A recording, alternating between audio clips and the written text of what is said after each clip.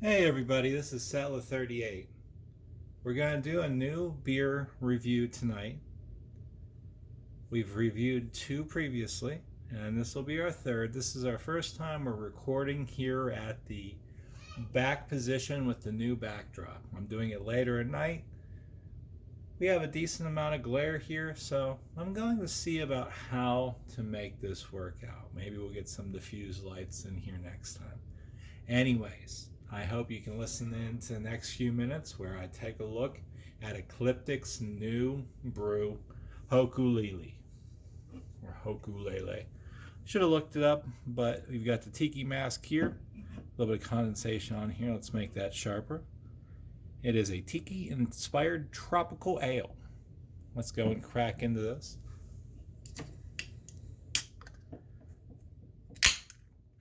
We got the 16-ounce pint here, so we can, pour a little bit of this in here.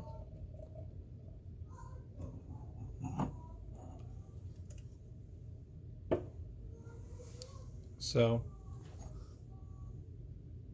there's not too much in the way of a nose off the initial brew. You can see that the coloration here is kind of a hay or a straw yellow.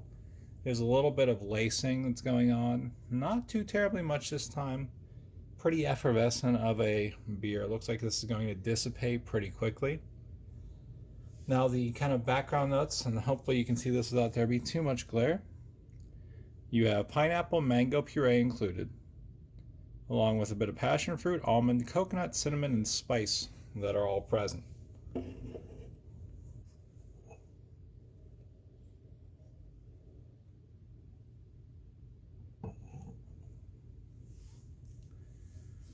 Very interesting sort of drink.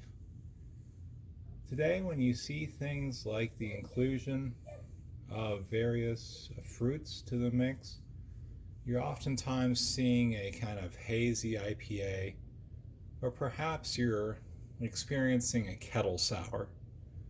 This time, this is a straight beer, kind of well balanced. There's not a lot of hop bitterness that's present here, and you can immediately start to taste the pineapple, a little bit of tartness that's associated with that. Kind of on the back end of that initial sip, you get the coconut, and you get kind of a spicy zing just right at the end. All of the flavors tend to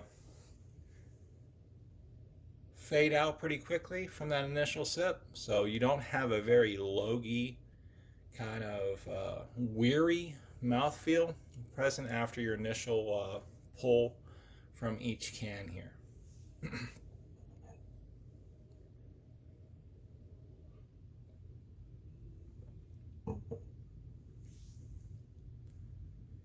There is a very dense sort of flavor array that becomes more and more prominent as you continue on with Hoku-lele. And this is likely due to, say, the passion fruit coming forth. I'm really not getting too much in the way of the almond and the nutty flavor. And perhaps I'm expecting something along the line of the toasted malt flavor that you get oftentimes from, say, a Doppelbock, a Dunkel, or even kind of the more assertive sort of porters that a lot of breweries offer.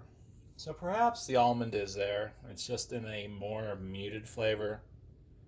You're definitely not getting kind of the almond extract flavor that a lot of people associate with kind of almond in baking. So if you're not a big fan of when almond is utilized in sweets, for example, this is not the way Ecliptic has included the nut into the overall flavor profile of Hoku-lele.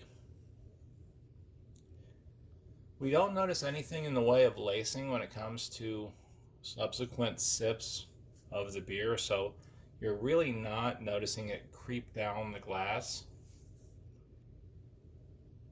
As the brew really kind of reaches a more room temperature, definitely not room temperature itself, but when it has a few minutes to sit around and kind of open up, the tartness that I initially discussed when it comes to the pineapple presence kind of removes itself a little bit. This really is integral for the beer to kind of showcase some of the other flavors that are included within.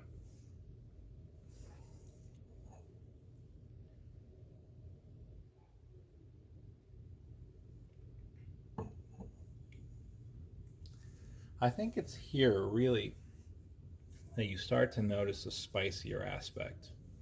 As I discussed with that first sip after we opened the can, there was kind of a duality that was present between the pineapple and that spice element.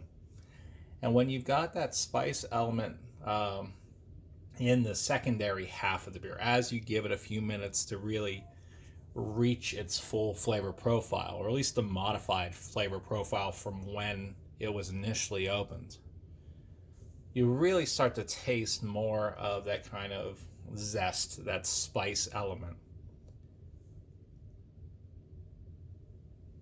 The one thing that is quite interesting about Hoku-lele and what kind of Ecliptic has done well, I don't know if we can showcase this without spelling it.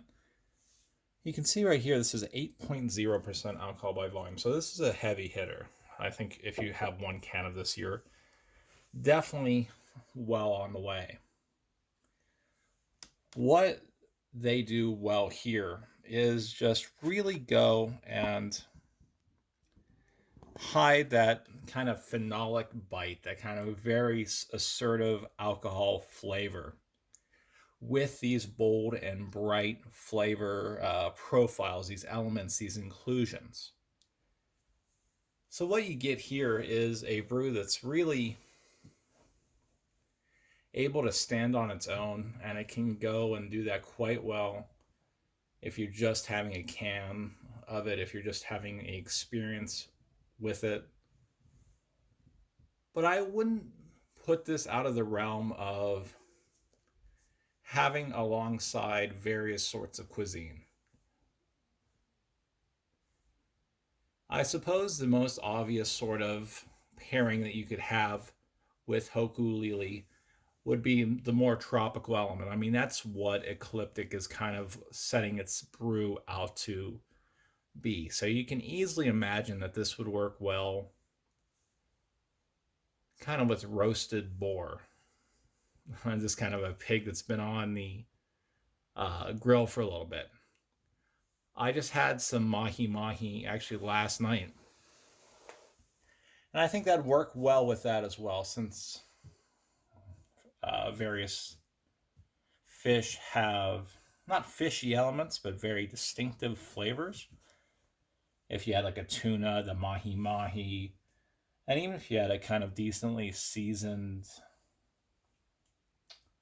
tilapia or something like that, I think the stronger flavors, the variety of tastes that are present in Hoku-lele would work quite well.